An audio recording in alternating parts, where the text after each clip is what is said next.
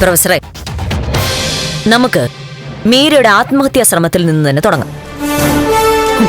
മുമ്പൊരിക്കൽ മീര ആത്മഹത്യക്ക് ശ്രമിച്ചിരുന്നു അല്ലേ?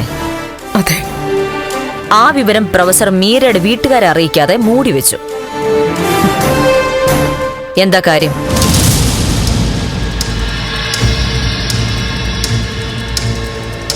വീട്ടുകാരറിഞ്ഞാൽ അവര് പേടിക്കുമെന്ന് കരുതിയിട്ടാ.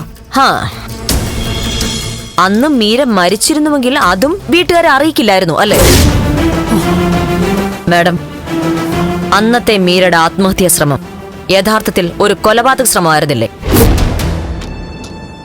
അല്ലേ? തുറന്നു പറയൂ.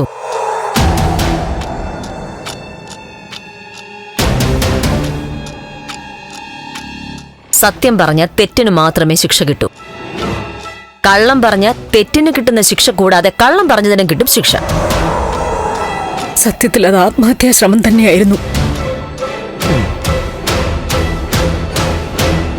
ഗിരീഷ് എന്ന ചെറുപ്പക്കാരൻ ചോരയൊലിപ്പിച്ച് കിടന്ന മീരയെ ആശുപത്രിയിൽ എത്തിക്കുകയായിരുന്നു. എനിക്കൊരു പങ്കുമില്ല മാഡം. ആ ചെറുപ്പക്കാരൻ നിങ്ങളുടെ മകളെ രജനിയെ വിവാഹം കഴിക്കാൻ പോകുന്ന ആളല്ലേ? അങ്ങനെയൊന്നും ഉറപ്പിച്ചിട്ടില്ല. ആ, എന്നിട്ട് അന്നത്തെ ഫംഗ്ഷനിൽ വേദി വെച്ച് പറഞ്ഞത് കള്ളമായിരിക്കും. അത് വിട്ടേക്ക്. പ്രൊഫസർ പറഞ്ഞ കാര്യങ്ങൾ ഞാൻ വിശ്വസിച്ചു. മീര ആത്മഹത്യക്ക് ശ്രമിച്ചതാണ്. എന്തിനാണ് മീര ആത്മഹത്യക്ക് ശ്രമിച്ചത്?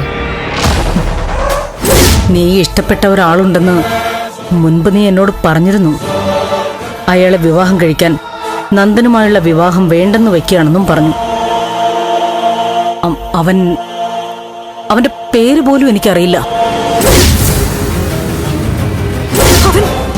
അവൻ എന്നെ ചതിക്കായിരുന്നു.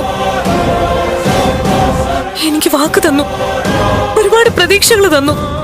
എന്നിട്ട് അവൻ മറ്റൊരു പെണ്ണായിട്ട് കഴിയായിരുന്നു. മാഡം, ഞാൻ ചോദിച്ചത് കേട്ടില്ലേ? അത് മീരയ്ക്കൊരു പ്രണയം ഉണ്ടായിരുന്നു.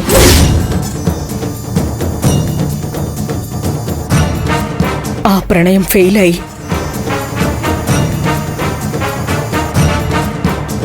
അങ്ങനെ ഈ കേസിലെ നിർണായക പോയിന്റിൽ നമ്മൾ എത്തിച്ചേർന്നു.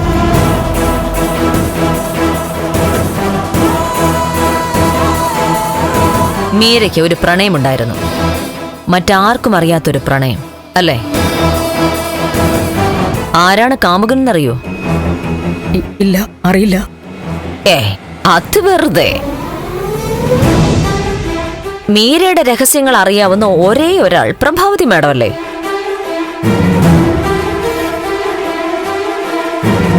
പിന്നെ ഇതിനെക്കുറിച്ച് അറിയില്ല എന്ന് പറഞ്ഞ? ഇല്ല, അറിയില്ലായിരുന്നു. സത്യമായിട്ടും അറിയില്ലായിരുന്നു. എനിക്കൊന്നും അറിയില്ല മാഡം. ദയവേതും എന്നത് പറഞ്ഞുവിട്.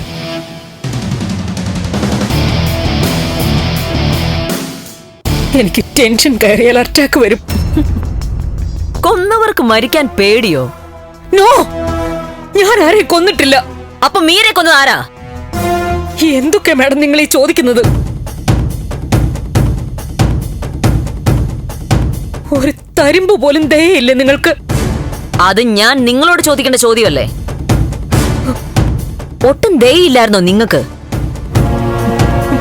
നന്ദൻ ദേവിയെ കല്യാണം കഴിച്ച കാര്യം മീരയോട് പറയാതിരുന്നത് എന്താണ്? മീര എന്റെ മരുമകളായി കിട്ടണമെന്ന് ഞാൻ ആഗ്രഹിച്ചിരുന്നു. അവസാനം മീര അറിഞ്ഞു നന്ദനും ദേവിയും വിവാഹിതരാണെന്ന്. അതറിഞ്ഞപ്പോ മീര പഴയ കാമുകനെ അന്വേഷിച്ചു പോയി. ആ വൈരാഗ്യത്തിൽ നിങ്ങൾ അവളെ കൊന്നു.